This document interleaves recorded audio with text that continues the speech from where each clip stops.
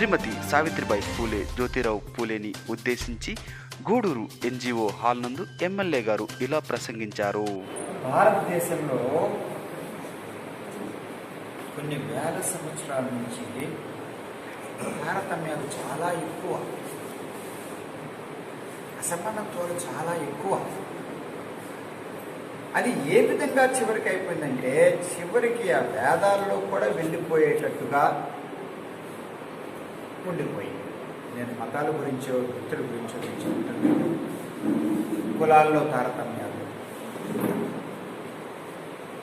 ఎవరన్నా కనుక భారతదేశ చరిత్ర చదివితే రాజులు అవన్నీ కూడా ఈ విషయంలో మాట్లాడుకోలేదు. భారతదేశ గొప్పతనం గురించి కూడా మాట్లాడలేదు.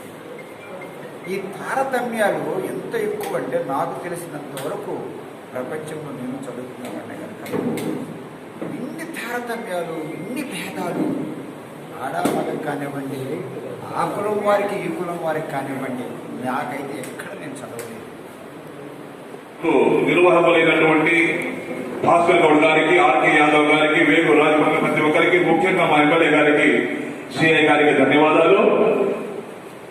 ఎంత చెప్పుకున్నా కానీ కూడా ఈ మహాదంపతుల గురించి చాలా తక్కువ అవుతుంది. ఈరోజు భారతదేశంలో ఒక స్త్రీ స్వేచ్ఛగా, ధైర్యంగా అన్ని రంగాల్లో కూడా ముందుకెళ్తున్నారు అంటే దానికి ఏకైక కారణం కేవలం ఆ మహాతల్లి స్వర్గీయ సావిత్రిబాయి పూలే మాత్రమే. కార్యక్రమానికి చర్చగా వచ్చినటువంటి మన ఊరు ఎమ్మెల్యే గారికి, ఆ తర్వాత సిఐ గారికి అందరికీ నమస్కారాలు తెలియజేసుకుంటున్నాను. అదేవిధంగా సావిత్రిబాయి పూలే గురించి చెప్పాలంటే, నిజంగా ఆయన గురించి మాట్లాడాలంటే, ఆయన గురించి చెప్పాలంటే, ఆ రోజుల్లో సామాజిక పరిస్థితులు, ఆ పరిస్థితుల్లో ఏ విధంగా అయితే అణగదొక్కబడుతున్నారో, కొన్ని సామాజిక వర్గాలు అణగదొక్కబడుతున్నారు, వాళ్ళని దృష్టిలో ఉంచుకొని వాళ్ళ కోసం పాటుపడి వాళ్ళకి విద్య నేర్పించాలి. ముఖ్యంగా మహిళలకి విద్య అనేది ఎంత అవసరమో ఆ రోజుల్లోనే 130 సంవత్సరాల క్రితం వాళ్ళ దృష్టికి తీసుకొచ్చి, వాళ్ళ దృష్టిలో నుంచి ఈ రోజు ఎంతమంది మహిళలు ఉపాధ్యాయులు కానించి, ఐఏఎస్ ఐపీఎస్ అధికారులు కానించి, అదేవిధంగా ఈరోజు మన పారిశ్రామికవేత్తలు కూడా మహిళలు వెలుగుతున్నారంటే ఆ రోజు సావిత్రిబాయి పూలే తల్లి సావిత్రిబాయి పూలే చేసిన ఈ బీజాలే. ఆమె ఒక మంచి మహిళా ఉపాధ్యాయుని. తర్వాత రెండోగా తీసుకుంటే ఆమె మంచి సంఘ సంస్కర్త. మూడోదిగా తీసుకుంటే ఆమె ఒక మంచి వైద్యురాలు. ఆమె ఒక మంచి రచయిత. ఆమెలో చాలా గుణాలు ఉన్నాయి. సంఘాన్ని స్థాపించినటువంటి వ్యక్తిగా నేను ఆమె జ్ఞాపకం చేసుకున్నాను. ఎందుకంటే అప్పట్లో పూణేలో భయంకరమైన ప్లేగు వ్యాధి వచ్చినప్పుడు ఆమె సొంతంగానే వైద్యం చేసింది. అందరూ అడవుల్లోకి వెళ్ళిపోతే ఆమె తన దత్తత తీసుకున్నటువంటి బ్రాహ్మణ కుమారుడు యశ్వంత్ గారితో కలిసి ఆమె ఆ ప్లేగు వ్యాధులు అందరికీ ఆమె నయం చేసింది. తర్వాత ఆమె ఏం చేసిందంటే ఆమె చనిపోయింది. దేనికోసం? దేశం కోసం, మరి పేద బడుగు బలహీన వర్గాల కోసం ఆమె ప్లేగు వ్యాధి సోకిందన్నమాట.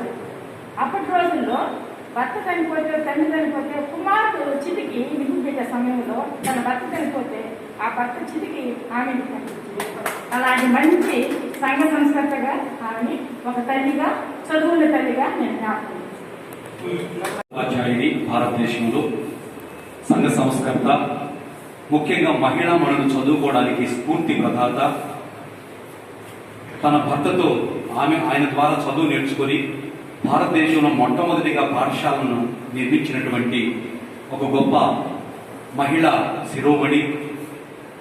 మన సావిత్రిబాయి పూలే గారి జయంతి సందర్భంగా భారతదేశంలో ప్రతి ఒక్కరికి ఆమె జన్మదిన శుభాకాంక్షలు తెలియజేస్తున్నాను. భారతదేశంలో మొట్టమొదట సాంఘిక విప్లవమూర్తులైనటువంటి సావిత్రిబాయి పూలే, మహాత్మా జ్యోతిరావు పూలే గారికి వాళ్ళిద్దరికంటే ముందు నమస్కారం పెట్టాల్సింది మనం అందరం కూడా.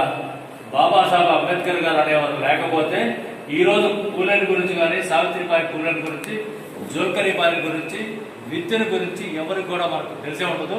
ఆ మహాత్మా భావం చెప్పకపోతే ఈరోజు ఎంత ముఖ్యమైన వ్యక్తులో వాళ్ళిద్దరి గురించి డాక్టర్ బాబాసాహెబ్ 2 విషయాలు చెప్పారు.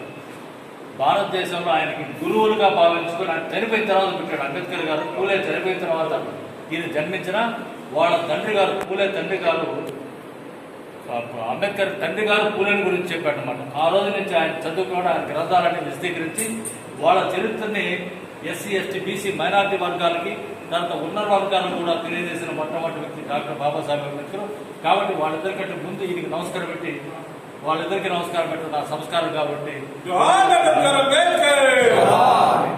ఈ కార్యక్రమంలో Gudur MLA Velugupalli Varaprasadarao, Gudur CI Dasaratha Ramarao, Gudur SP Brahmanaidu, YCP senior నాయకులు మగ్దూమ్ బాషా, బీఎస్పీ సీనియర్ నాయకులు Bhaskar Goud, KR Yadav, Marabolu Satish, Anwar Basha, Jamal Bhai, LV Subbaiah, Vijay Kumar, John Prabhakar తదితరులు పాల్గొన్నారు.